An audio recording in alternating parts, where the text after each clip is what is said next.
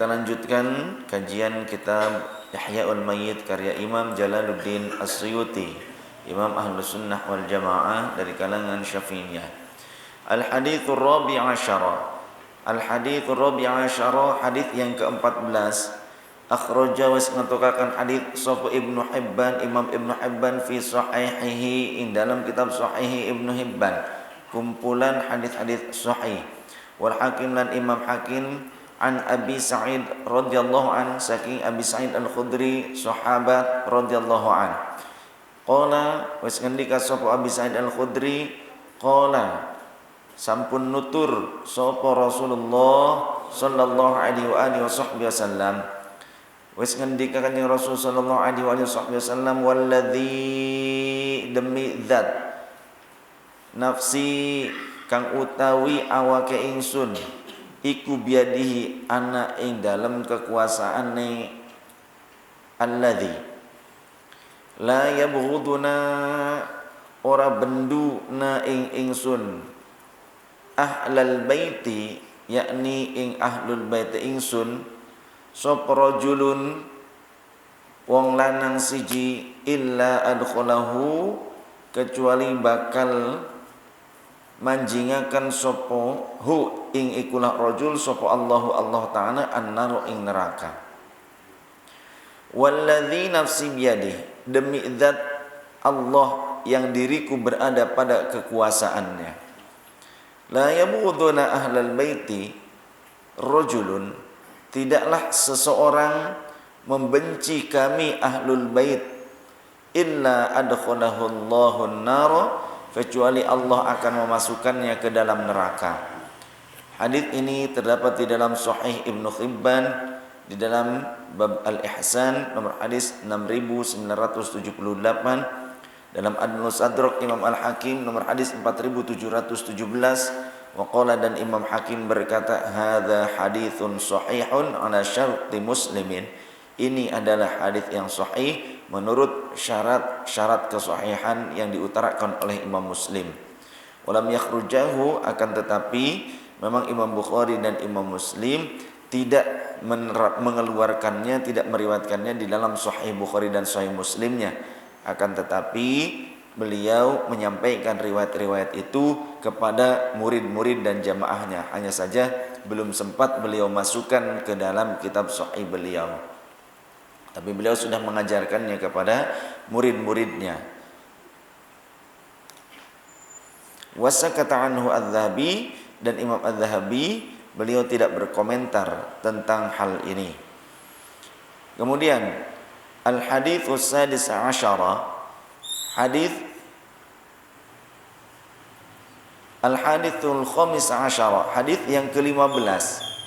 Akhraja was ngatokaken ing hadits sapa At-Tabrani, Imam At-Tabrani, anil Hasan bin Ali radhiyallahu anhuma, saking Al-Imam Hasan bin Ali radhiyallahu anhuma, annahu satuwane Sayyiduna Hasan bin Ali iku qala wis dawuh sapa Sayyiduna Hasan li Muawiyah, maring sahabat Muawiyah bin Hudaij, ya Muawiyah, hei Muawiyah bin Hudaij, iyyaka wadiana sapa sira wa bughdana ing bendu maring kita ahlul bait Rasul, fa inna Rasulullah sallallahu alaihi wasallam, maka setuhune kanjeng Nabi, kanjeng Rasul sallallahu alaihi wasallam iku kala wis dawuh sapa kanjeng Rasul, la yabghuduna ora bendu na ing kita ahlul bait Rasul sapa ahadun sijine wong, la yahsuduna ora hasad, ora dengki na ing kita kabeh sapa ahadun sijine wong, illa dzida kecuali bakal den usir yaumal qiyamati ing dalem dinane kiamat, anil haudi saking telaga Kautsar, bisiyatin kelawan nganggo cambuk, minarin saking neraka. Minarin rupane saking geni. Baginda Rasul punya seorang cucu di antaranya ya, sebetulnya punya beberapa cucu, tapi yang di sini ada seorang cucu Rasul yang bernama Sayyiduna Husain, putra dari Sayyiduna Ali karramallahu wajhahu radhiyallahu anhuma. Annahu qala, sungguhnya Sayyiduna Husain berkata li Muawiyah ibn Hudaij, kepada Muawiyah ibn Hudaij, ya Muawiyah ibn Hudaij, wahai Muawiyah ibn Hudaij, iyyaka, hindarilah olehmu, wa bughdana, untuk membenci kami ahlul bait Rasul. Hindarilah olehmu dari membenci kami ahlul bait Rasul. Fa inna Rasulullah sallallahu alaihi wasallam, karena baginda Rasul sallallahu alaihi wasallam itu qala, baginda Rasul telah bersabda, la yabghuduna ahadun, tidaklah seseorang membenci kami ahlul bait Rasul, la yahsuduna ahadun, tidak pula seseorang mendengki kami ahlul bait Rasul, illa zida, kecuali nanti akan diusir orang tersebut, si ahad, yaumal qiyamati, pada hari kiamat, anil haudi, dari telaga Kausar, bisyatin min narin, dengan menggunakan cambuk berupa api dari neraka. Hadis ini terdapat di dalam riwayat Imam At-Tabrani dalam Mu'jamul Kabir nomor hadis 2726, juga di dalam Mu'jamul Awsat 2426. Di dalam makna zida adalah dufi'a atau waturida, diusir, dicegah mendekat kepada telaga Kautsar, sehingga diusir supaya menjauh. Jadi seseorang yang membenci ahlul bait Rasul sallallahu alaihi wasallam ataupun hasad kepada zatiyahnya, kepada darahnya ahlul bait Rasul sallallahu alaihi wasallam, kepada pribadinya, kecuali tiada lain nanti pada hari kiamat akan diusir oleh Allah Subhanahu wa taala, oleh para malaikat, dengan menggunakan cambuk dari api. Lantas bagaimana ketika kita melihat kemunkaran, jika ada seorang dzurriyyah Rasul, ahlul bait Rasul yang masih bandel? Saya ulang kembali pernyataan kemarin bahwa ahlul bait Rasul itu manusia yang tidak maksum.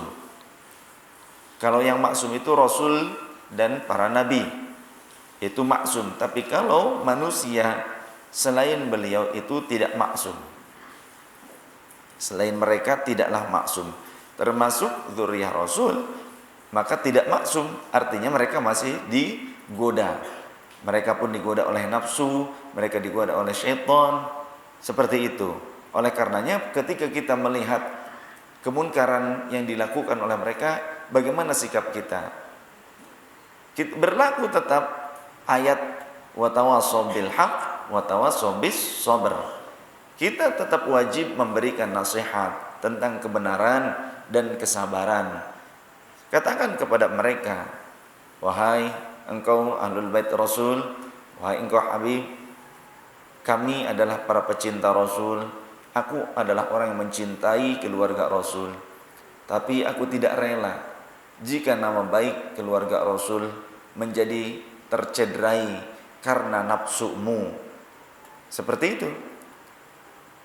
Jika kami saja mencintai keluarga Rasul, kenapa dirimu sendiri tidak mencintai dirimu sendiri? Kenapa engkau tidak mencintai diri engkau sendiri? Kenapa engkau tidak menjaga nama baik keluarga Rasul? Dinasihati seperti itu, kalau beneran habaib, nangis. Nangis. Kalau habaib yang beneran dinasihati begitu, nangis. Tapi kalau yang enggak beneran, wah mencak-mencak. Begitu ya. Kalau yang beneran, akan tertancap di dalam kalbunya rasa rindu dan cinta serta malu kepada Rasulullah sallallahu alaihi wasallam. Rasa malu itu, kata baginda Rasul, al-haya'u kulluhu khairun. Rasa malu itu seluruhnya baik. Al-haya'u minal iman. Rasa malu itu merupakan bagian daripada iman. Jadi kalau kita tidak punya rasa malu, maka keimanan kita lemah. Kalau kita tidak punya rasa malu, maka akan menabrak sendi-sendi atau norma-norma agama, norma-norma sosial, norma-norma etika kemasyarakatan, itu akan ditabrak. Oleh karenanya tetaplah kita belajar supaya kita mengerti mana yang baik, mana yang buruk. Jangan sampai kita menerobos garis-garis yang telah menjadi batasan-batasan dari Allah Subhanahu wa taala. Jangan sampai kita melewati dari batasan-batasan itu, siapapun kita. Bahkan saya memberikan nasihat kepada keluarga Rasul, kepada zuriyah Rasul, kepada para habaib, para sadah. Sadah ini jamak dari sayyid. Sayyid ya sama zuriyah Rasul. Ashraf dari para syarif. Syarif yang dimaksud juga adalah ahlul bait Rasul, seperti Syarif Hidayatullah, namanya Hidayatullah. Boleh disebut Sayyid Hidayatullah, bisa disebut Syarif Hidayatullah, namanya itu Hidayatullah. Syarifnya itu adalah gelar karena beliau merupakan keturunan Rasul sallallahu alaihi wasallam, maka disebutlah Syekh Syarif Hidayatullah. Padahal nama aslinya cuma Hidayatullah saja.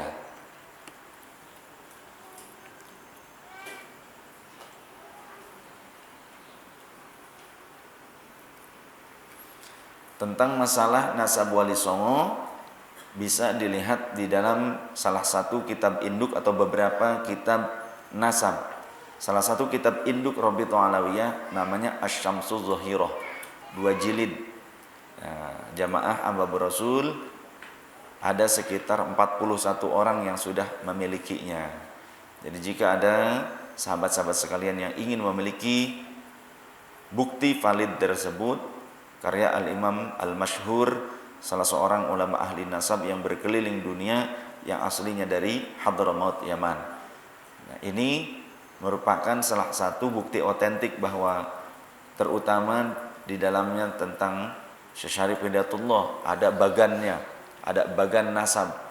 Syarif Hidayatullah sampai Sultan Hasanuddin, kemudian Wasalatin, Syirbun, Silalatihi, ya, keturunannya diantaranya Sultan-Sultan Cirebon, kemudian Sultan Hasanuddin, keturunannya adalah diantaranya Sultan-Sultan Banten. Itu ada di dalam kitab Asy-Syamsuz Zahirah, terutama ini bab yang juz yang kedua.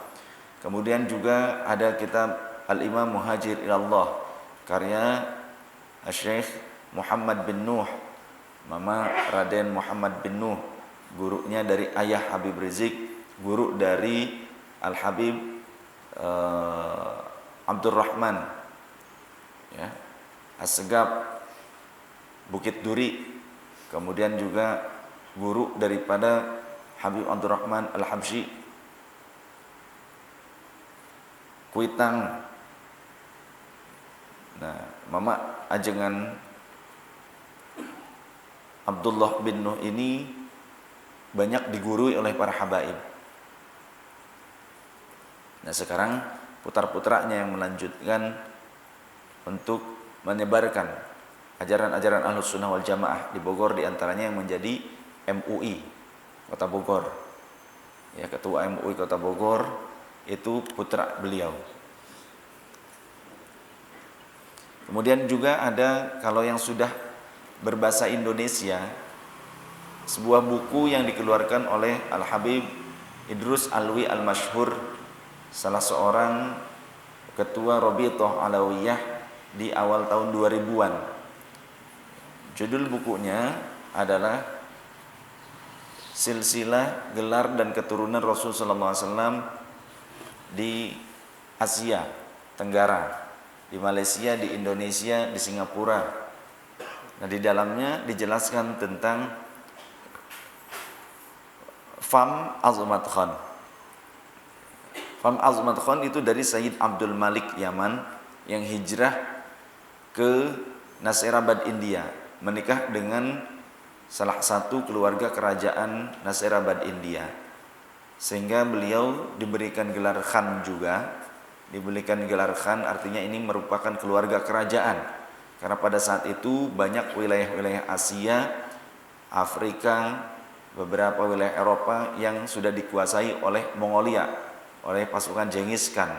Maka kerajaan-kerajaan tersebut harus menggunakan gelar Khan. Tapi hebatnya Indonesia, ketika pasukan Mongolia mau bersandar, mau masuk ke wilayah perairan Nusantara, ditenggelamkan kapalnya. Oleh apa? Oleh pasukan-pasukan diantaranya Singosari. Ketika mau memasuki Laut Jawa, itu kapal Mongolia yang mengangkut berapa ratus kuda, beberapa kapal ini ditenggelamkan. Ternyata kerajaan-kerajaan yang ada di Indonesia itu lebih hebat pada saat itu. Lebih hebat. Ada Majapahit dan sebagainya. Indonesia sudah punya teknologi yang canggih karena kapalnya lebih besar. Ketika Mongolia cuma bisa mengangkut satu kapalnya 800 kuda dan 1000 pasukan, kapal kerajaan Jawa mampu mengangkut 2000 kuda dan 10.000 pasukan tempur. Dan orang Jawa sudah biasa tempur di air karena orang Indonesia itu sudah terbiasa menjadi nelayan, menjadi pelaut. Makanya kan ada lagunya ya, bahwasannya nenek moyang seorang pelaut begitu. Nenek moyangku seorang pelaut. Karena memang perairan Indonesia cukup luas luar biasa. Jadi memang sudah terbiasa. Namun saat ini terlena dengan kemerdekaan, bangsa Indonesia merasa cukup segala mudah untuk tumbuh di negerinya, akan tetapi tidak mempersiapkan diri untuk menjaga kedaulatan negeri terhadap serangan atau dari upaya-upaya pencaplokan negara-negara asing. Ayo kita berkarya, ayo kita terus belajar supaya kita mampu menjaga negeri kita yang kita cintai. Jangan terlena, beras mudah didapatkan sehingga pada saat makan dibuang-buang. Coba belajar untuk menghormati hasil jerih payah para petani. Kalau bisa, cobalah ke sawah, belajar nyawah bagaimana susah payahnya. Kalau kita ngerti susah payahnya para petani bercocok tanam, tentu kita bisa lebih mensyukuri nikmat mudahnya kita dapat beras. Jangan mentang-mentang di Karawang yang katanya lumbung padi, sekarang mah menjadi lumbung. Mending kalau pabrik ternyata limbahnya yang ada, jadi lumbung limbah. Beberapa waktu yang lalu dari daerah Lampung ada yang membuang limbah beracun ke wilayah Karawang. Beberapa kontainer dibuang di wilayah Karawang. Dan ternyata bukan itu saja. Citarum, di hulu sungai Citarum itu masih jernih, tanpa filter langsung bisa diminum. Tapi ketika sampai ke sini, bagaimana? Limbah, ya, roso. Itu mah iklan. Kan ada di iklan maksudnya. Mari kita jaga lingkungan kita. Gak usah lah gombal-gombal ingin merubah negeri. Gombal sekali bahasa-bahasa di Facebook. Gombal sekali bahasa-bahasa di WhatsApp, di Instagram. Aku ingin membuat suatu perubahan untuk negeri ini. Tapi buang sampah aja sembarangan. Gak usah terlalu bangga dengan strata pendidikan sebagai seorang sarjana S1, S2 sampai S8. Ya. Jika tempat sampah saja nggak kenal, buka kaca mobil, mobil sih baru, mewah, tapi buka kaca mobil membuang sampah, tisu lah, botol minuman. Bagaimana negeri kita bisa berwibawa? di mata orang lain, sedangkan di mata bangsa sendiri, negeri kita sudah jatuh harga dirinya. Karena siapa? Yuk sadar, karena kita sendiri selaku warga negaranya tidak menjaga itu. Buang sampah sembarangan, lu ngerokok tiap waktu tapi buang sampahnya, puntungnya setiap waktu pula. Kenapa nggak dimakan sama puntung-puntungnya? Ya kan Bim, puntungnya cuma ini, cuma filternya. Sekarang ketika Anda ingin merokok, yang Anda senangnya dengan rokok pakai filter, Anda cari yang kretek apa yang ada filternya? Yang suka filter carinya yang ada filternya, betul tidak? Nah ketika diberikan yang kretek nggak mau, mintanya yang filter. Ketika dikasih yang filter, filternya belum habis mau dibuang. Kenapa? Kan aneh kan? Kenapa nggak ditelan? Kata saya juga, udah telan aja semua. Kenapa? Kita ini negeri yang mayoritas muslim. Kenapa kita tidak berupaya untuk menjadi contoh yang terbaik? Sedangkan orang Jepang yang mereka banyak tidak beragama, mereka cuma mengenal sang pencipta, tapi nggak tahu siapa yang menciptakan itu. Mereka bisa tertib, bisa saling menghormati. Ketika lampu hijau untuk pejalan kaki, penyeberang jalan menyala, padahal memang waktunya untuk mereka, hak untuk mereka menyeberang jalan. Ketika sudah menyeberang jalanan, sampai di ujung jalan, mereka akan menghadap kepada pengendara mobil, pengendara motor, kemudian mereka menundukkan kepalanya seraya berterima kasih. Hatur nuhun, kata mereka seperti itu. Sunda apa Jepang? Hatur nuhun, begitu ya. Ya saya cuma bisa bahasa Jepang tuh koi begitu, ikan koinya doang saya nggak tahu. Kenapa kita tidak bisa saling menghargai coba? Ya, orang cuma jalan kaki lewat saja bisa seperti itu. Dulu negeri kita begitu ramah dikenalnya, tapi sekarang bagaimana? Dianggap bengis, negeri kita dikenal sebagai negeri yang bengis. Dulu disebut sebagai negeri yang paling ramah, luar biasa. Yuk kita didik anak-anak kita dengan apa? Dengan perilaku kita. Kitanya perbaiki dulu diri kita, etika kita. Yuk saling menasihati satu sama lain. Wa tawassaw bil haqq wa tawassaw bis sabr. Saya berkata demikian bukan berarti saya orang yang sempurna, tidak ada yang sempurna. Tentu saya juga banyak kelemahan. Maka saya pun mengajak, mari saya minta nasihati saya, bimbing saya jika ada yang salah. Seperti itu. Kita lanjutkan pembahasan hadis dari kitab Ihyaul Mait ini. Hadis berikutnya, al-hadits sadis asyara, hadis yang ke-16. Akhraja wis ngatokaken hadis sapa Ibnu Addi wal Baihaqi fi Syu'abil Iman, ing dalam kitab Syu'abil Iman, an Ali radhiyallahu anhu qala Rasulullah sallallahu alaihi wa alihi wasallam, man lam ya'rif, man utawi sapane wong iku lam ya'rif kang ora ngerti sapa man haqqa itrati ing hak tetesan darah ingsun, wal ansori lan sahabat ansor, fahuwa maka iku lasiman, maka utawi siman iku li ihda thalathin, salah suwijine saking telu golongan menungso. Imma munafikin, bisa jadi mungkin saking golongan wong kang munafik. Wa imma lizinyatin, lan mungkin saking wong kang hasil zina. Wa imma li ghairi tuhuri, lan mungkin saking kelompok kang den lahiraken hasil wong tua kang ora suci.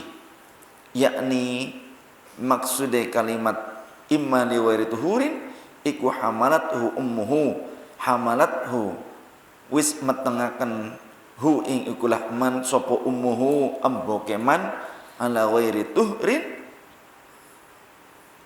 ing atase kehanane wong kang ora suci. Baginda Rasul sallallahu alaihi wasallam bersabda, "Man lam ya'rif," siapa orang yang tidak mengerti haqqa itrati, atas haknya keturunanku, wal ansori, dan sahabat Ansor, fahuwa, maka orang tersebut li ihda thalathin, bisa jadi merupakan salah satu dari 3 kelompok manusia. Imma munafikin, bisa jadi dia itu mungkin saja dari kelompok orang-orang munafik. Wa imma lizinyatin, bisa jadi orang tersebut adalah anak hasil zina. Wa imma li ghairi tuhurin, atau orang tersebut adalah seorang anak yang dilahirkan dari seorang ibu pada saat atau hasil daripada persenggamaan orang tua yang tidak suci. Maksudnya apa? Ibunya ketika haid, ketika nifas, disetubuhi oleh suaminya. Maka ketika spermanya tersebut tumbuh menjadi janin, maka janinnya pada saat sudah besar, sudah dewasa, akan menjadi pembenci keluarga Rasul sallallahu alaihi wasallam atau pembenci para sahabat juga. Oleh karenanya, pada saat sedang haid atau nifas, jangan berani-berani untuk ngegerayangin bagian-bagian sensitif, karena itu pun juga haram. Belum apa-apa baru ngegerayanginnya aja juga mencumbuknya, itu pun haram. Tentang haid contoh. Haid wanita paling sedikit sehari semalam.